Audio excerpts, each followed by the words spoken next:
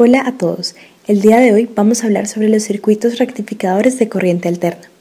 Los integrantes del grupo son Carolina Camacho Serrano, Diego Fernando Gómez Acevedo, María Alejandra Mantilla Ruiz, Astrid Daniela Díaz Gómez y Óscar Boanerges Martínez Villafañe, quienes actualmente se encuentran cursando quinto semestre de Ingeniería Industrial en la Universidad Industrial de Santander. Este video se realizó con fines académicos para la materia de Electricidad y Electrónica Básica. Bueno, para comenzar, ¿qué es un circuito rectificador? Antes de responder la pregunta de qué es un circuito rectificador, tenemos que analizar uno de sus componentes más importantes, el diodo.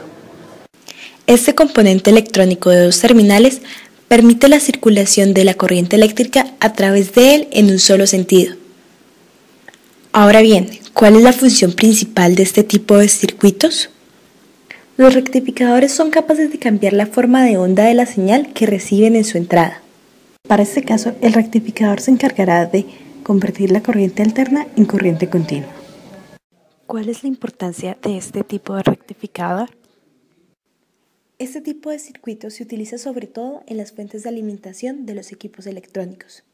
Hay que tener en cuenta que cualquier equipo electrónico funciona internamente con corriente continua, y aunque nosotros los conectamos a la red eléctrica, que en Colombia es de 120 voltios de corriente alterna a 60 Hz. La fuente de alimentación se encarga de convertir esa corriente alterna en corriente continua. El elemento fundamental de esa fuente de alimentación será precisamente el circuito rectificador. El objetivo general de esta práctica es experimentar con los circuitos rectificadores de corriente alterna AC para entender su aplicación en electrónica.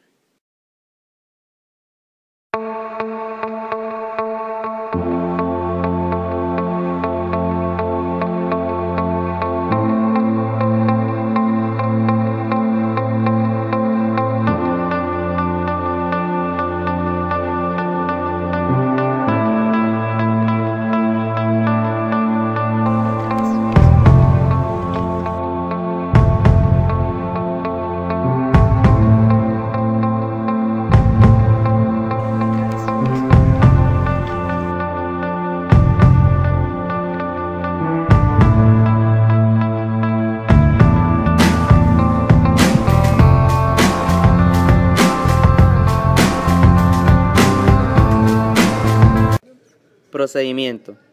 Primero se realizó el montaje del circuito rectificador de media onda.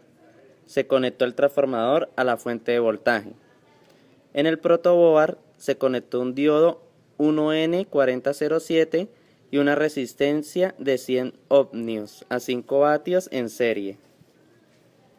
Como se puede observar en la imagen, el diodo está conectado a la salida de 9 voltios del transformador, mientras que la salida de 0 voltios está conectada a la resistencia de 100 ohmios. También se conecta uno de los extremos del cable a la salida del canal 1 y el otro extremo, que tiene dos salidas, una de ellas se conecta al diodo y la otra a la resistencia. Del mismo modo, se conecta a la salida del canal 2 un cable que a su vez se conecta a la resistencia y se hace polo a tierra, conectándose a él mismo. El osciloscopio se configuró de tal manera que en su pantalla mostrara las características necesitadas de la onda, como lo es el voltaje máximo, promedio, eficaz, asimismo como el periodo de la onda y su frecuencia. Para configurarlo, primero se oprime la tecla Measure, para que muestre las distintas medidas que por defecto están configuradas. Para cambiarlas de orden y ponerlas necesitadas, se oprime el botón enfrente del cuadro que se requiere configurar. Seguido de este, se oprime el tercer botón y con la perilla se escoge lo que se quiere medir. Ya seleccionado, se vuelve a oprimir el tercer botón y así sucesivamente.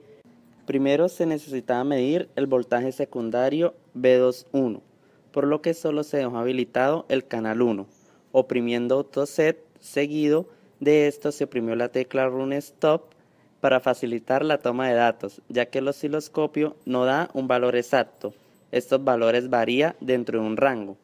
Para medir el voltaje DC se hizo uso del multímetro debido a que el osciloscopio estaba descalibrado y no daba un resultado coherente. Si el voltímetro muestra un valor negativo, se debe invertir las puntas de los cables. Igualmente se conecta a la salida del canal 2 un cable que a su vez se conecta a la resistencia y se hace polo a tierra, conectándose a él mismo. Esto para medir el voltaje en la carga V0. Luego se habilitó el canal 2 y se deshabilitó el canal 1. Asimismo se oprimió Run Stop y se tomaron los datos.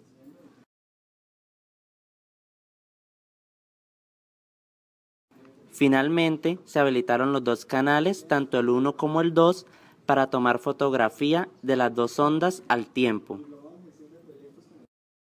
Para medir la corriente por la carga I0 se hizo uso de un multímetro digital.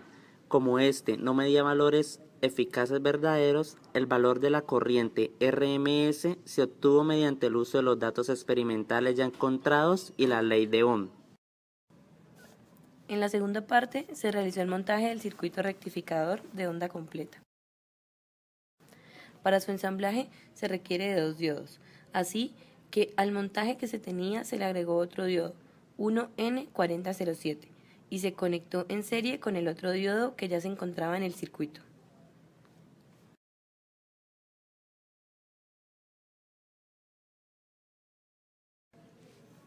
Este nuevo diodo se conectó con la otra salida del transformador de 9 voltios. Ya teniendo el circuito listo, se procedió de igual manera que en la parte 1. Primero, solo se habilitó el canal 1 para poder medir el voltaje secundario V21. Luego, se habilitó el canal 2 para poder medir el voltaje secundario V22. Y finalmente, se habilitaron los dos canales para poder ver el desfasaje entre las dos tensiones. Luego, para medir el voltaje en la carga, se cambió la posición del cable conectado a la salida del canal 2 para poder medir el voltaje en la carga V0. Posteriormente, se activó el canal 1 para poder observar las ondas de tensión V21 y V0. Finalmente, con el uso del amperímetro se midieron las corrientes, asimismo como se hizo en la parte 1 de la práctica.